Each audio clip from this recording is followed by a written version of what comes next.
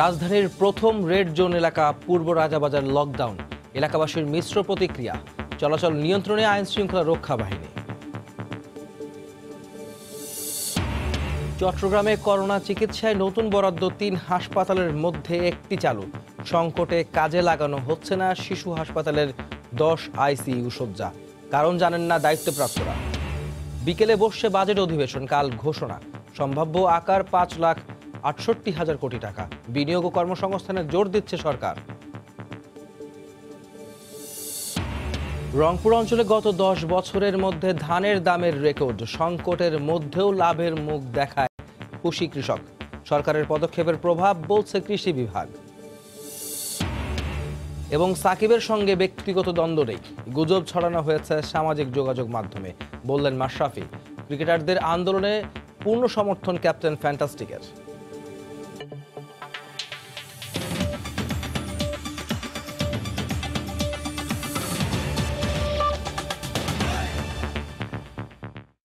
সময় সংবাদের সঙ্গে আছি আমি আহমেদ সালেহ।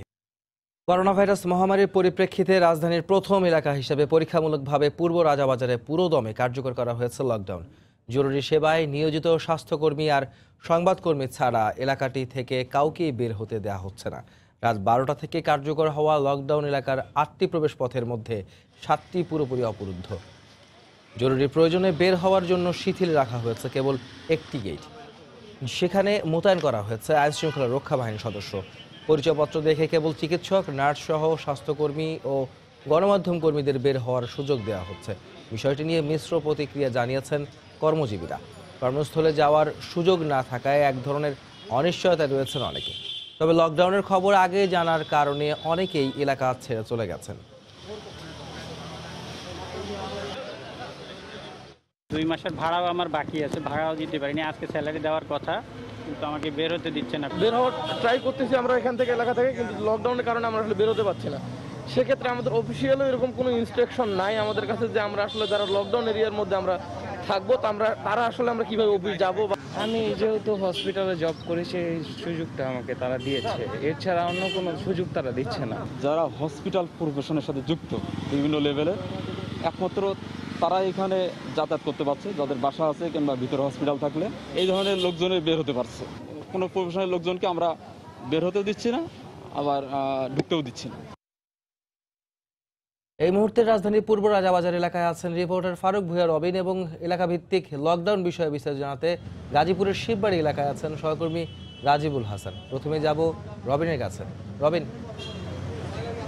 সালেহীন, করোনা ভাইরাসের বিস্তার ঠেকাতে আসলে যে জোন ভিত্তিক যে লকডাউনে যাওয়ার পরিকল্পনা সরকার রয়েছে, সেটার কিন্তু প্রথম পরীক্ষামূলক হিসেবে বেছে নেওয়া হয়েছে রাজধানীর পূর্ব রাজাবাজার থেকে, যেটি গত রাত 12টা থেকে এটি কার্যকর হয়েছে। এবং এখন পর্যন্ত আমরা যদি দেখছি যে এই রাজাবাজার এলাকার চিত্র কিন্তু পুরোটাই বদলে গেছে। গতকাল আমরা ঠিক এই সময়টাতে যখন এখানে দেখতাম যে লোকারণ্য ছিল, এখন কিন্তু আমরা যেটি দেখছি যে পুরোটাই কিন্তু একদম ফাঁকা, জনমানব মানে মানুষের জনসমাগম একেবারে নেই বললেই চলে। এবং আমরা এই মুহূর্তে যেটি দেখছি যে আমরা সকাল থেকে যেটি দেখতে পাচ্ছিলাম যে মানুষজন কারা ঢুকবেন বা কারা বের হবেন, সেটা কিন্তু পুরোপুরিভাবে আইন শৃঙ্খলা রক্ষাকারী বাহিনীর সদস্যরা সেটা কিন্তু দেখভাল করছেন, তারা নিয়ন্ত্রণ করছেন। একটি তথ্য যদি জানাতে চাই যে পূর্ব রাজাবাজারের মোট 8টি প্রবেশপথ রয়েছে। এই 8টি প্রবেশপথের মধ্যে কেবলমাত্র একটি প্রবেশপথ কিছুটা শিথিল রাখা হয়েছে, যেটি হলো যে আইবিএ হোস্টেলের পাশের যে এই প্রবেশপথটি। আর বাদবাকি যে প্রবেশপথগুলো আছে সবগুলোতেই কিন্তু আমরা যেটা দেখছি যে বাঁশ দিয়ে পুরোপুরি অবরুদ্ধ করা হয়েছে। এবং আর এখান থেকে কারা বের হতে পারবেন, কারা প্রবেশ করতে পারেন, সেটিও কিন্তু নিয়ন্ত্রণ করছে আইন শৃঙ্খলা রক্ষা বাহিনীর সদস্যরা। তারা আসলে যেটি আমরা দেখতে পাচ্ছি যে কেবলমাত্র চিকিৎসক, নার্স, তারপর হলো যে স্বাস্থ্যকর্মী এবং যে সংবাদকর্মী যারা আছেন, কেবল তাদেরকেই প্রবেশ করতে দেওয়া হচ্ছে এবং বের হতে দেওয়া হচ্ছে। আর বাদবাকি অন্য যারা আছেন তাদেরকে কিন্তু বের হতে দেওয়া হচ্ছে না। সেটি নিয়ে আসলে যারা কর্মজীবী মানুষ আছেন তাদের মধ্যে এক ধরনের মিশ্র প্রতিক্রিয়া রয়েছে। তারা আসলে একটু অনিশ্চয়তার মধ্যে রয়েছেন তাদের কর্মস্থল সেটা কিভাবে নেয়। তবে অনেকে কিন্তু যেটি জানিয়েছেন যে তারা তাদের কর্মস্থল থেকে ইতিবাচক সায় পেয়েছেন বাসায় থাকার বিষয়ে, আবার অনেকে একটু অনিশ্চয়তার মধ্যে রয়েছে। তো এই ছিল আসলে এখন পর্যন্ত রাজধানীর পূর্ব রাজাবাজারের সার্বিক পরিস্থিতি। আমরা একটু জানার চেষ্টা করব গাজীপুরের খবরাখবর আমাদের সহকর্মী রাজিবুল হাসানের কাছ থেকে। রাজীব। রবিন, অধিক ঝুঁকিপূর্ণ অঞ্চল হিসেবে যে সরকারের সর্বশেষ সিদ্ধান্ত 3টি জোনে বিভক্ত করা, সেই প্রক্রিয়াটি এখনো গাজীপুরে শুরু হয়নি। কারণ আপনি জানেন যে গাজীপুর শ্রম ঘন এলাকা, এখানে প্রচুর সংখ্যক শ্রমিক রয়েছে এবং তাদের অফিস খোলা রয়েছে, তারা অফিস করছে, যে কারণে এখনো পর্যন্ত কিন্তু যে 3টি জোনে বিভক্ত করার যে বিষয়টি, সেটি এখনো পর্যন্ত কোনো কার্যক্রম আমরা লক্ষ্য করিনি। এই বিষয়ে গাজীপুর জেলা প্রশাসক এস.এম. তরিকাউল ইসলামের সঙ্গে আমরা বারবার কথা বলেছি। তিনি কিছুক্ষণ আগেও আমাকে নিশ্চিত করেছে যে এখন পর্যন্ত স্বাস্থ্য মন্ত্রণালয় থেকে কোনো ধরনের নির্দেশনা গাজীপুরে দেওয়া হয়নি। তারপরও জেলা প্রশাসক এবং সিটি কর্পোরেশন একত্র হয়ে যেই সব এলাকায় অধিক আক্রান্ত রোগী রয়েছে, সেই সব এলাকার ম্যাপ তৈরি করছে এবং সরকারের সিদ্ধান্ত পাওয়ার পরপরই সেই সব এলাকাকে রেড জোন কিংবা অন্য যেসব সিগন্যাল রয়েছে সেই সব বিষয়টি তারা কাজ করছে। এরই মধ্যে আমাকে জানানো হয়েছে যে তারা বিশেষ করে গাজীপুর সিটি কর্পোরেশন এবং গাজীপুর সদর, গাজীপুরের মধ্যে এই দুইটি অঞ্চল হচ্ছে অধিক ঝুঁকিপূর্ণ। প্রায় 1000-এর উপরে হচ্ছে গাজীপুর সিটি কর্পোরেশন এবং সদর মিলিয়ে করোনা আক্রান্ত রয়েছে, যেই কারণে এই দুইটি অঞ্চলকেই গুরুত্ব দেওয়া হচ্ছে বেশি। এবং সেইখানে আবারও তারা যে এবং সিভিল সার্জনের সঙ্গে বৈঠক করে নির্ধারণ করা হচ্ছে আসলেই যে কোন পর্যন্ত রেড জোন কিংবা অন্যান্য যে জোনের তালিকায় সেটি আসতে পারে। আর এই অবস্থায় আমি যদি বলি যে গাজীপুরে 1911 জন এই পর্যন্ত আক্রান্ত হয়েছে এবং 327 জন সুস্থ হয়ে কাজে ফিরেছে। আরেকটি বিষয় যদি আমি বলি যে গাজীপুরে যে গণপরিবহন এবং অন্যান্য যেসব গাড়ি চলছে সেসবে স্বাস্থ্যবিধির কথা যেটা বলা হয়েছে যে সেটি অনেকাংশেই দূরপাল্লার গাড়ি মানা হচ্ছে, কিন্তু অভ্যন্তরীণ যেসব গাড়ি রয়েছে, বিশেষ করে গাজীপুরের তাকোয়া পরিবহন গাড়ি রয়েছে, সেই গাড়িতে একেবারেই স্বাস্থ্যবিধির বিষয়টা মানা হচ্ছে না। অপরদিকে আইন শৃঙ্খলা বাহিনী মাঠে কাজ করছে, তারা স্বাস্থ্যবিধির যে বিষয়টি সেটি তদারকি করছে নিয়মিত। এছাড়া গাজীপুর জেলা প্রশাসক, সিভিল সার্জন এবং সিটি কর্পোরেশন, এই তিনের সমন্বয়ে পরবর্তী কি পরিকল্পনা করা যায় এই করোনা হটস্পট গাজীপুরকে করোনা মোকাবেলায়, সেই বিষয়টি নিয়ে তারা কাজ করছে। তো এই ছিল আমার কাছে সালেহীন গাজীপুর থেকে। এলাকাভিত্তিক লকডাউনের খবর জানাতে আমাদের গাজীপুর থেকে যুক্ত হয়েছিলেন সহকর্মী রাজিবুল হাসান এবং এর আগে পূর্ব রাজাবাজার এলাকা থেকে যুক্ত হয়েছিলেন সহকর্মী ফারুক ভুইয়া রবিন।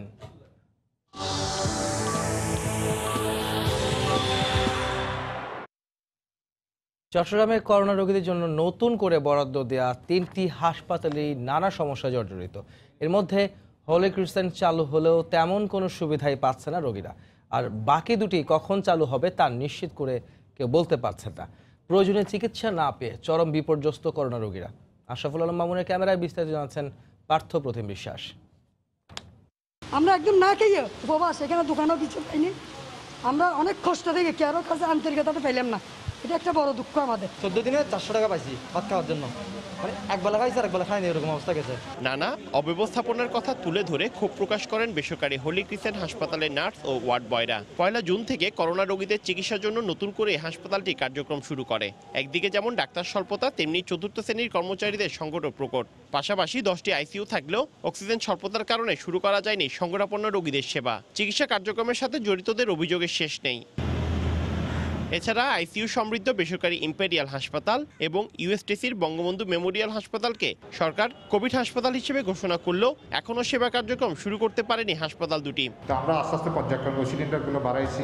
আমাদের এই যে ম্যান পাওয়ারগুলো বিভিন্ন উপজেলা থেকে দেওয়া হয়েছে, বিভিন্ন জায়গা থেকে। পাশাপাশি হঠাৎ করে একটা নতুন জায়গায় তাদেরকে সেট আপ করতে আমাদের একটু সময় লেগেছে। প্রতিনিয়ত এখানে রোগী পাচ্ছি, কিন্তু আমরা রোগীদেরকে নিরাশ করে আমাদের ফিরাই দিতে হচ্ছে।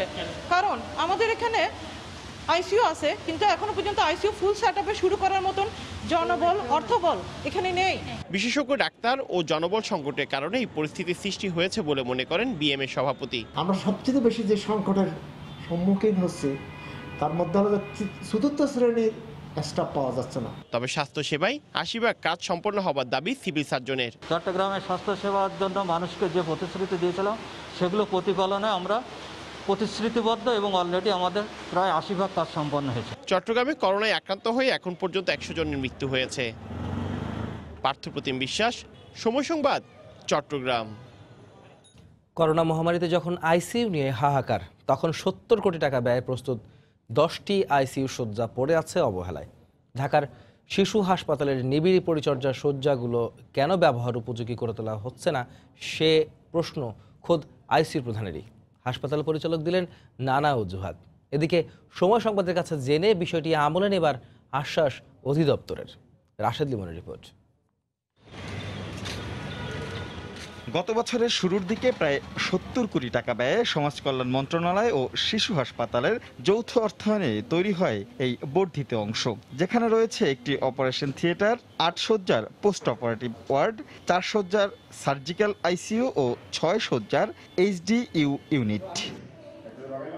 এর মধ্যে ওটি ও পোস্ট অপারেটিভ ওয়ার্ডের কাজ শেষ হলেও দীর্ঘদিন ধরে থেমে আছে সার্জিক্যাল আইসিইউ ও এইচডিইউ ইউনিটের কাজ। অথচ আইসিইউ শয্যার অভাবে একের পর এক নিভে যাচ্ছে কোভিড রোগীদের প্রাণের প্রদীপ। খোদ আইসিইউ প্রধানই জানে না কি এর রহস্য। কি ধরনের আইসিইউ হচ্ছে এই সম্পর্কে আমাদের কাছে কোনো রকমের তথ্য দেওয়া হয় না এবং তথ্য নাই, কোনো কাগজপত্র আমার কাছে নেই। তদারকি তো ডেফিনেটলি, যেহেতু আমি বিভাগীয় প্রধান, এই আইসিইউটা আমিই দেখব। সো সেই হিসেবে তো অবশ্যই আমার জানার অধিকার আছে বা আমার জানা উচিত, বাট সেটা আমি জানতে পারিনি বাই এনি ওয়ে। এখনও পর্যন্ত সেটা শুরু হয় নাই। এই করোনার সময় যদি আমরা এটাকে শুরু করতে পারতাম তাহলে কিন্তু এটা কাজে লাগতো। 6 মাস ধরেই কাজ বন্ধ। হাসপাতাল পরিচালক তারপরও দোহাই দিলেন করোনার। এখনো যে রয়েছে, এখন এই জানালার মধ্যে রয়েছে যে করার কথা, সেই করোনা আক্রান্ত হয়ে তার মাও মারা গেছে, সে অবস্থা খারাপ, সে এখন নিউরোলজিক্যাল প্রবলেম নিয়ে বসে রয়েছে। তাহলে মানে একজনের জন্য তো থেমে থাকার কথা না, এটা টেক ওভার করে অন্যভাবে করা টরা যায় না বিকল্প? না, এখন কেমনে করবেন? এই যে জানালার মধ্যে শেষ করতে পারেনি এরা। বিষয়টি খতিয়ে দেখার আশ্বাস স্বাস্থ্য অধিদপ্তরের। শিশু হাসপাতালে জি, একটা প্রজেক্ট সমাজ কল্যাণের সঙ্গে যৌথভাবে শিশু হাসপাতাল ও সমাজ কল্যাণ মন্ত্রণালয় কাজটা করতেছে। আচ্ছা, ঠিক আছে, এটা আমরা কথা বলবো কালকে। দেশে কোভিড চিকিৎসায় বরাদ্দকৃত আইসিইউ শয্যার সংখ্যা 399টি। রাশেদ লিমন, সময় সংবাদ, ঢাকা। সময় সংবাদে আরও থাকছে, সাগরে মাছ ধরা বন্ধ থাকায় আর্থিক সংকটে ভোলার লক্ষাধিক জেলে। করোনার কারণে নেই বিকল্প কর্মসংস্থান, লোকসানের মুখে ব্যবসায়ীরাও।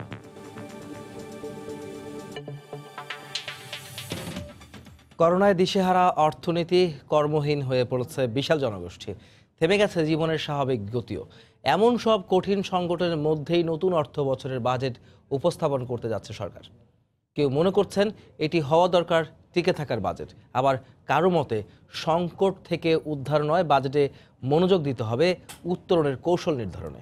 যদিও সরকারের বাজেট ভাবনায় প্রাধান্য পাচ্ছে বিনিয়োগ ও কর্মসংস্থান ইস্যুই। জুবাইর ফয়সালের রিপোর্ট। আয় নাই, লকডাউনের পর কোনো আয়টাই কিছু নাই। আজহার মিয়া 4 বছর ধরে তুরাগের বুকে চলমান বৈঠার উপর টিকে আছে তার 5 জনের সংসার। করোনাকালীন দীর্ঘ সময়ে আয় নেমেছে শূন্যে, জমানো পুঁজি শেষে এখন একেবারেই নিঃস্ব। এই দুর্যোগে সচ্ছল জনগোষ্ঠীর লড়াই করার রসদ থাকলেও প্রান্তিক মানুষগুলো অনেকটাই অসহায়। এমন বাস্তবতায় দেশের সর্বস্তরের মানুষের চাওয়া বাজেট হোক শিক্ষা, স্বাস্থ্য সুরক্ষা আর কর্মসংস্থান নিশ্চিতের চাবিকাঠি। দাবি উঠেছে সরকারি নীতির ধারাবাহিকতা, অর্থ ব্যয়ে স্বচ্ছতা, শ্রমিক স্বার্থ সুরক্ষা আর কৃষি পণ্যের ন্যায্য মূল্য নিশ্চিতেরও। যারা ধনী, যারা বড় লোক, ওরা তো 2-4 মাস খাওয়ার মতন টাকা সবসময় থাকে। এমপ্লয়মেন্ট করার ক্ষেত্র সরকার তৈরি করেছে, এই ক্ষেত্রগুলো শেষ হলেই কিন্তু আমাদের যে গ্যাপটা এই 6 মাস বা 4 মাসে তৈরি হয়েছে ঘুচে যাবে। রপ্তানি আদেশ অনেক বাতিল হওয়ার পরও কিন্তু আমরা এখনো কোনো শ্রমিক ছাঁটাই করিনি। শিল্প, স্বাস্থ্য সহ কৃষি খাতগুলো আছে, সেগুলোকে অগ্রাধিকার দিয়ে আসলে বাজেট তৈরি করা উচিত। নীতি নির্ধারকদের মতে আপৎকালীন ধরে নিয়ে উৎপাদন বহুমুখীকরণ ও প্রযুক্তিগত সক্ষমতা বৃদ্ধিকে গুরুত্ব দিয়ে মুদ্রা ও রাজস্ব নীতির সমন্বয় করতে হবে বাজেটে। যে বাজেটটি হবে উপস্থাপিত হবে, সেটা আমি মনে করি যে একটা আপতকালীন টাইপের বাজেট হওয়া উচিত। জনস্বাস্থ্য খাতে বিনিয়োগ আসলে পরোক্ষভাবে অর্থনৈতিক বিনিয়োগ। কোনোভাবেই যেন চাহিদা ও যোগানের জটিলতার কারণে কৃষক ন্যায্য মূল্য হতে বঞ্চিত না হয়। তবে প্রচলিত বাজার ব্যবস্থাকে সক্রিয় রেখেই বিনিয়োগ ও কর্মসংস্থান বৃদ্ধিতে জোর দিচ্ছেন পরিকল্পনা মন্ত্রী। করোনার চাপের মধ্যে আমরা এটা করছি, আমরা একানে সারা বিশ্বই করছি। এই বাজেটের বিশেষত্ব এটাই হবে, ব্যয়ের পুনর্বিন্যাসের প্রয়োজন হবে। বৃহস্পতিবার জাতীয় সংসদে 2020-21 অর্থ বছরের বাজেট উপস্থাপন করবেন অর্থমন্ত্রী। করোনা ঝড়ে দেশ জুড়ে কর্মহীন বহু মানুষ, অর্থনীতির সূচকে সূচকে ছন্দপতন। এর মধ্যেই নিয়ম করে উপস্থিত রাষ্ট্রীয় আয় ব্যয়ের বাৎসরিক খতিয়ান, বাজেট ঘোষণার ক্ষণ। জীবন আর জীবিকার তাগিদে বিশ্ব জুড়ে প্রতি মুহূর্তেই বদলাচ্ছে নীতি আর কৌশল। সংকটময় মুহূর্তে বাংলাদেশ কি পারবে মানুষের হাতে কাজ আর পেটে ভাত দেওয়ার বাজেট দিতে? জুবাইর ফয়সাল, সময় সংবাদ, ঢাকা। পদ্মা সেতুতে আজ বসানো হচ্ছে 31তম স্প্যান। নদীর জাজিরা প্রান্তে এই স্প্যান বসানো হচ্ছে। সেতুর 25 ও 26 নম্বর পিলারের ওপর এই স্প্যানটি বসানো হলে দৃশ্যমান হবে 4650 মিটার সেতু। 31তম স্প্যানটি হতে যাচ্ছে জাজিরা প্রান্তের শেষ স্প্যান। এই স্প্যানটি শিমুলিয়া কাঁঠালবাড়ি চ্যানেলের মধ্যে অবস্থিত বলে আজ সকাল 11টা থেকে সন্ধ্যা 7টা পর্যন্ত ওই রুটে সকল নৌযান চলাচল বন্ধ ঘোষণা করা হয়েছে।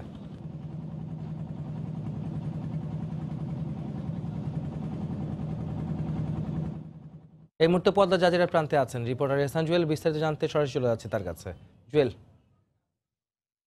31তম স্প্যান, এটি আসলে কয়েকটি কারণেই আজকের এই স্প্যানটি বৈশিষ্ট্যময়। সেটি হলো যে এটি জাজিরা প্রান্তের একেবারে শেষ স্প্যান, অর্থাৎ এটি এর আগে জাজিরা প্রান্তে 16টি স্প্যান বসানো আছে। আজকে যে স্প্যানটি বসানো হবে এটি জাজিরা প্রান্তের জন্য 17তম স্প্যান। আবার এই স্প্যানটি মাঝ নদীর সঙ্গে জাজিরা প্রান্তকে সংযোগ ঘটাবে, অর্থাৎ এর আগে যে টানা স্প্যান বসানো আছে জাজিরা প্রান্তে 16টি, মাঝ নদীতে 12টি, মাঝখানে একটি মাত্র স্প্যানের গ্যাপ রয়েছে। এই গ্যাপটি আজকের স্প্যান বসানোর মাধ্যমে পূরণ করা হবে, অর্থাৎ এই স্প্যানটি বসে যাওয়ার পরে কিন্তু জাজিরা থেকে মাঝ নদী পর্যন্ত পদ্মা সেতুতে টানা 29টি স্প্যান বসানো হচ্ছে। তার মানে জাজিরা প্রান্ত থেকে যতদূর চোখ যায় মাঝ নদী পর্যন্ত শুধুমাত্র স্প্যান দৃশ্যমানই দেখা যাবে। টানা 29টি স্প্যান, প্রায় 4 কিলোমিটারের মতো স্প্যান এখানে বসানো আছে টানা। আর বাকি যে দুটি স্প্যান, 31টি স্প্যানের মধ্যে সে দুটি স্প্যান মাওয়া প্রান্তে বসানো আছে। অর্থাৎ আজকে স্প্যানটি বসানো হয়ে গেলে পদ্মা সেতুতে 41টি স্প্যানের মধ্যে আর বাকি থাকবে 10টি স্প্যান। এই 10টি স্প্যানের কাজই করা হবে মাওয়া প্রান্তে। আজকে সকাল 9টার কিছুক্ষণ পরে স্প্যানটি মাওয়ার ইয়ার্ড থেকে নিয়ে রওনা দেয়। আমরা এখনও দেখতে পাচ্ছি স্প্যানটি নিয়ে যে ক্রেনটি আসে সেই ক্রেনটি মাঝ নদীতে অপেক্ষা করছে। মূলত সকাল 11টা থেকে সন্ধ্যা 7টা পর্যন্ত এই কাঁঠালবাড়ি এবং শিমুলিয়া যে নৌ রুট রয়েছে সেই নৌ রুটের সকল নৌযান চলাচল বন্ধ করা হয়েছে আজকে স্প্যানটি বসানোর সুবিধার্থে। কারণ এই স্প্যানটি একেবারে রুটের উপরে অবস্থিত। যেহেতু সকাল 11টা থেকে সকল নৌযান বন্ধ থাকবে, তাই 11টার কাছাকাছি সময় এটি তোলার জন্য পিলারের কাছে নিয়ে আসা হবে। তার আগে এটি মাওয়ার ইয়ার্ড থেকে নিয়ে এসে মাঝ নদীতে অপেক্ষায় আছে। 11টা বাজলেই এটি কাছাকাছি নিয়ে আসা হবে এবং তারপরে শুরু হবে এটি তোলার যে প্রক্রিয়া সেটি, এবং সেখানে হয়তো আরও ঘন্টা 3 সময় লাগতে পারে। অর্থাৎ আমরা বলতে পারি দুপুর 2টা নাগাদ পদ্মা সেতুতে 31তম স্প্যানটি দৃশ্যমান হতে পারে। আর এই 31তম স্প্যানটি দৃশ্যমান হওয়ার মধ্য দিয়ে কিন্তু 4.5 কিলোর বেশি পদ্মা সেতু দৃশ্যমান হবে, অর্থাৎ 4650 মিটারের পদ্মা সেতু দৃশ্যমান হবে। আমরা অপেক্ষা করছি স্প্যানটি পিলারের কাছাকাছি নিয়ে আসার জন্য, এবং নিয়ে আসলেই মূলত এটি যে তোলার প্রক্রিয়াগুলো থাকে, দুই পাশে কেবল টানা এবং সেটিকে পিলারের উপর তোলা, সেই কাজগুলো শুরু হবে। তখন হয়তো আপনাদের পরবর্তী ঘন্টায় আবারও আপডেট জানাতে পারবো। এখন পর্যন্ত সালেহিন, আমার কাছে এ ছিল সবশেষ খবর। আজ বসছে পদ্মা সেতুর 31তম স্প্যান, এবং সেই খবর জানাতে আমাদের সঙ্গে পদ্মার জাজিরা প্রান্ত থেকে যুক্ত হয়েছিলেন আমাদের সহকর্মী এহসান জুয়েল। সময় সংবাদে উত্তরের জনপদ রংপুর অঞ্চলের বাজারে 900 টাকা পর্যন্ত উঠেছে ধানের দাম, গত 10 বছরের মধ্যে যা সর্বোচ্চ। করোনার প্রভাবে খাদ্য সংকটের শঙ্কা আর সরকারের সময়োপযোগী পদক্ষেপে কৃষকেরা এই মহাসংকটেও লাভের মুখ দেখছে বলে মনে করছে কৃষি সম্প্রসারণ ও বিপণন অধিদপ্তর। তারিকুল ইসলামের ক্যামেরায় রংপুর থেকে রতন সরকারের রিপোর্ট। করোনা বিপন্ন পৃথিবী, তবে প্রকৃতি বিমুখ করেনি উত্তরের কৃষকদের। অন্যান্য বছর কষ্টের ধান বাজারে নিয়ে দাম শুনে হতোদ্যম হলেও এবারের চিত্র ভিন্ন। প্রকারভেদে 8 থেকে 900 টাকা ধানের এখন চলতি বাজার। চিকন ধানটা ওটা মনে করেন 900 আর মোটাটা 800। কৃষকেরা এবার সরকারকে ধান দেওয়ার মতো হবে না, মাঠে ধান বিক্রি করে যাচ্ছে আর কি। খোলা বাজারে যদি 1000 টাকার মতো ধান এসে যায়, সেক্ষেত্রে মানুষ তো এলএসডি গোডাউনে যাবে না, কারণ সেখানে হয়রানির শিকার হতে হয় অনেক। কৃষি বিপণন বিভাগ বলছে, সঠিক সময়ে সরকারের ধান চাল কেনার পদক্ষেপে এবার শুরু থেকেই ধানের ভালো দাম পাচ্ছে কৃষকেরা। 36 টাকা তো কম না, কিন্তু অনেক টাকা। তো 36 টাকা, এদিকে 26 টাকা, দুইটাই কিন্তু ভালো দর, যার ফলে একটু ওটার একটা বিশাল প্রভাব আছে মার্কেটে।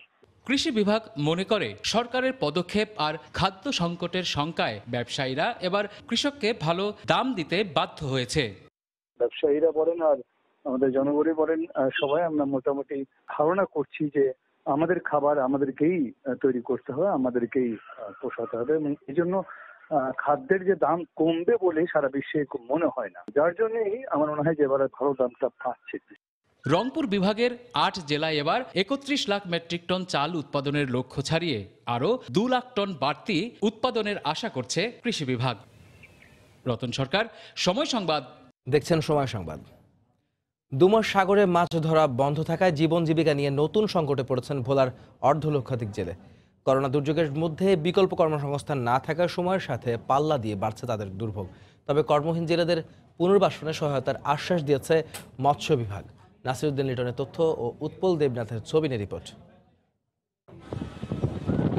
২০ মে থেকে সাগরে ৬৫ দিনের নিষেধাজ্ঞা জারির পর জালসহ মাছ ধরার উপকরণ গুছিয়ে রাখছে চরফ্যাশন সামরাজঘাটের জসিমউদ্দিনের ট্রলারের মাঝি মাল্লারা। আমপান আঘাত হানার খবরে নিরাপত্তার জন্য ১৮ মে ঘাটে এসে আশ্রয় নেয় ওই ট্রলারের ১৮ জেলে।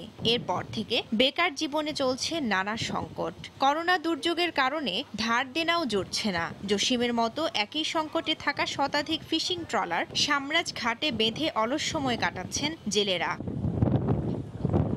মেঘনা তেতুলিয়া নদীতেও মাছের আকাল চলছে, তাই জীবন জীবিকা নিয়ে হতাশ তারা। জেলেদের তথ্য অনুযায়ী জেলার ২০টি ঘাটের ১,৫০০ ফিশিং ট্রলারের জেলেরা বেকার জীবন কাটাচ্ছেন। ছেলেবেলে আছে, বাল বাচ্চা আছে, ফুলান চালান আছে, আমরা চলুন কিভাবে? আমরা তো এটার উপরে চলি। আমাকে যদি খাওয়ান খোরাক দিত, আমাকে বউ বেটি লইয়া যদি থাক বালাকে চলতে পারতাম, তো আমরা বন্ধ করতাম। আমরা যদি মাছ ধরা যদি বন্ধ দেয় তাহলে আমরা কেমনে শুনুন, চলার কোনো কায়দা নাই। এদিকে সাগরে মাছ ধরা বন্ধ থাকায় বড় ধরনের লোকসানে পড়েছেন ব্যবসায়ীরাও। আড়তদার, জেলে, দোকানদার সবারই ব্যবসায়ী, যত ব্যবসায়ী আছে সকলেরই সমস্যা। ইন্ডিয়া ট্রলার যদি মাছ না ধরে তাহলে আমরা এই ৫-৬ দিনের অভিযানের পর মাছ ধরলে আমরা লাভবান হইতে পারি। আর সংকটাপন্ন জেলেদের সহায়তার কথা জানালেন জেলার মৎস্য কর্মকর্তা। জেলেদেরকে ব্যাপারে ব্যাপক প্রচারণা করা হয়েছে, তারা যেন এই আইন মেনে চলে, এর ব্যাপারে আমরা যথেষ্ট উদ্যোগ নিয়েছি। এদিকে জেলেদের সাগরে যাওয়া থেকে বিরত রাখতে কার্যকরী পদক্ষেপ নেওয়ার কথা জানালেন কোস্ট গার্ডের এই শীর্ষ কর্মকর্তা। ডিপসিতে আমাদের কোস্ট গার্ডের জাহাজ পেট্রোলিং এ আছে, কোনো ডিপসি ট্রলার দেখা গেলে তাদেরকে তীরে পাঠিয়ে দেওয়া হচ্ছে এবং আইনানুগ ব্যবস্থা গ্রহণ করা হচ্ছে। জেলার নিবন্ধিত 1,32,000 জেলের মধ্যে এবছর প্রথমবারের মতো সমুদ্রগামী 1,07,000 জেলেকে প্রতি মাসে 40 কেজি করে খাদ্য সহায়তা দেয়া হবে। সময় সংবাদ, ভোলা। দেখছেন সময় সংবাদ। এবার খেলার প্রসঙ্গ। সাকিবের সাথে ব্যক্তিগত সম্পর্ক খুব ভালো, নেই কোনো দ্বন্দ্ব। মূলত ফেসবুকে লাইক কমেন্ট পাওয়ার জন্য সাকিব ও মাশরাফিকে নিয়ে বিভিন্ন গল্প সাজায় কিছু মানুষ। এমনটাই মন্তব্য করেছেন সাবেক অধিনায়ক মাশরাফি বিন মুর্তজা। ক্রিকেটারদের আন্দোলনকে পূর্ণ সমর্থন করেন মাশরাফি বিন মুর্তজার। সাক্ষাৎকারের 3 পর্বের দ্বিতীয় পর্ব আজ, জানাচ্ছেন হুমায়ুন কবির রোজ। গত বছর বিশ্বকাপের পরপরই দেশের এক দৈনিক পত্রিকায় দেয়া সাক্ষাৎকারে সাকিব অভিযোগ তুলেছিলেন দলের ভেতরের খবর বাইরে যায় কিভাবে। বিশ্বকাপে মাহমুদুল্লাহকে ইংল্যান্ডের বিপক্ষে মন্ত্রর ব্যাটিংয়ের জন্য পরের ম্যাচে বাদ দেওয়ার কথা অধিনায়ক মাশরাফিকে বলেছিলেন সাকিব। এই খবর বাইরে গেল কেন, এমন প্রশ্নই তুলেছিলেন ওই পত্রিকায় দেওয়া সাক্ষাৎকারে সাকিব আল হাসান। এরপর থেকেই মাশরাফি সাকিবের মাঝে দ্বন্দ্বের ব্যাপারটি আরো চাউর হয়। তাদের মাঝে আছে অনেক দূরত্ব। লকডাউনের মাঝে সাকিব তামিম ইকবালের লাইভ শোতে উপস্থিত না হয় তাদের মাঝে দ্বন্দ্বের প্রশ্ন আরো উস্কে ওঠে। সাকিবের সাথে আমার কি সম্পর্ক এটা সাকিব খুব ভালো করে জানে। এখানে যারা খেলছে এখন কারো ক্যারিয়ারের শুরুর থেকে আমার সাথে এরকম রিলেশন ছিল না, কিন্তু একমাত্র সাকিব জাস্ট ক্যারিয়ারের শুরুর থেকেই আমার সাথে রিলেশন। সো এইগুলো স্রেফ তৈরি করা ছাড়া আর কিছুই না। আর এটা আমি নিশ্চিত আমারও কিছু যা আসে না, সাকিবেরও কিছু যা আসে না। গেল বছরের অক্টোবরে ক্রিকেটারদের আন্দোলনে সবাই ছিলেন, কিন্তু তখনও বাংলাদেশের অধিনায়কের দায়িত্বে থাকা মাশরাফি বিন মুর্তজা ছিলেন না ওই আন্দোলনে। ক্রিকেটারদের আন্দোলনে নাকি কার্যকর ভূমিকা রেখেছিলেন সাকিব আল হাসান। এখানেও অনেকেই প্রশ্ন তুলেছেন মাশরাফিকে তিনি নাকি চাননি আন্দোলনে রাখতে। এই প্রশ্নের উত্তরও দিয়েছেন ম্যাশ। প্লেয়ারদের সাথে কেন থাকতে পারলাম না, এর সংক্ষিপ্ত একটা কথা আমি বলেছিলাম আগেই, যে এটা প্লেয়ারদেরই জিজ্ঞেস করতে হবে, আমাকে জিজ্ঞেস করে এটার কোনো রেজাল্ট নেই। তখন খেলোয়াড়দের পক্ষেই তো আমি ওই রাত্রেই আমি আমার পেজে আমি জানিয়েছি যে আমি প্লেয়াররা যে দাবি করেছে তাদের সাথে একমত। সো আমি দ্বিমত পোষণ এখন করবো না। এর ডিটেলস নিয়ে আমি আর যাবো না, যেহেতু পক্ষে ছিলাম পক্ষেই আছি। যদিও সিলেটে জিম্বাবুয়ের বিপক্ষে বাংলাদেশের অধিনায়ক হিসেবে শেষ ম্যাচ খেলার পর ক্যারিয়ারের গুরুত্বপূর্ণ আবেগী এক বক্তব্যে সাকিবকে মিস করছেন বলে মন্তব্য করেছিলেন মাশরাফি বিন মুর্তজা। হুমায়ুন কবির রোজ, সময় সংবাদ, ঢাকা। এ পর্যায়ে শীর্ষ সংবাদ জানিয়ে দিচ্ছি আরেকবার। চট্টগ্রামে করোনা চিকিৎসায় নতুন বরাদ্দ 3 হাসপাতালের মধ্যে একটি চালু। সংকটে কাজে লাগানো হচ্ছে না শিশু হাসপাতালের 10 আইসি শয্যা। কারণ জানেন না দায়িত্বপ্রাপ্তরা। রাজধানীর প্রথম রেড জোন এলাকা পূর্ব রাজাবাজার লকডাউন। জরুরি সেবা সংশ্লিষ্টরা ছাড়া কেউ বের হতে পারছেন না। এলাকাবাসীর মিশ্র প্রতিক্রিয়া। বিকেলে বসছে বাজেট অধিবেশন। কাল ঘোষণা, সম্ভাব্য আকার 5,68,000 কোটি টাকা। বিনিয়োগ কর্মসংস্থানে জোর দিচ্ছে সরকার। রংপুর অঞ্চলে গত 10 বছরের মধ্যে ধানের দামের রেকর্ড। সংকটের মধ্যেও লাভের মুখ দেখায় খুশি কৃষক। সরকারের পদক্ষেপের প্রভাব বলছে কৃষি বিভাগ। এবং সাকিবের সঙ্গে ব্যক্তিগত দ্বন্দ্ব নেই, গুজব ছড়ানো হয়েছে সামাজিক যোগাযোগ মাধ্যমে, বললেন মাশরাফি। ক্রিকেটারদের আন্দোলনে পূর্ণ সমর্থন ক্যাপ্টেন ফ্যান্টাস্টিকের। এই ছিল এখনকার মতো। যে কোনো খবর পেতে ভিজিট করুন সময়নিউজ.টিভি। আপনার মোবাইলের সময় সংবাদ দেখতেও সব খবর পেতে ডাউনলোড করুন সময় অ্যাপ। এছাড়া এই মাত্র পাওয়া খবর মোবাইলে পেতে SMS করুন *BN লিখে পাঠিয়ে দিন 16242 নম্বরে। সঙ্গেই থাকুন সময়ের।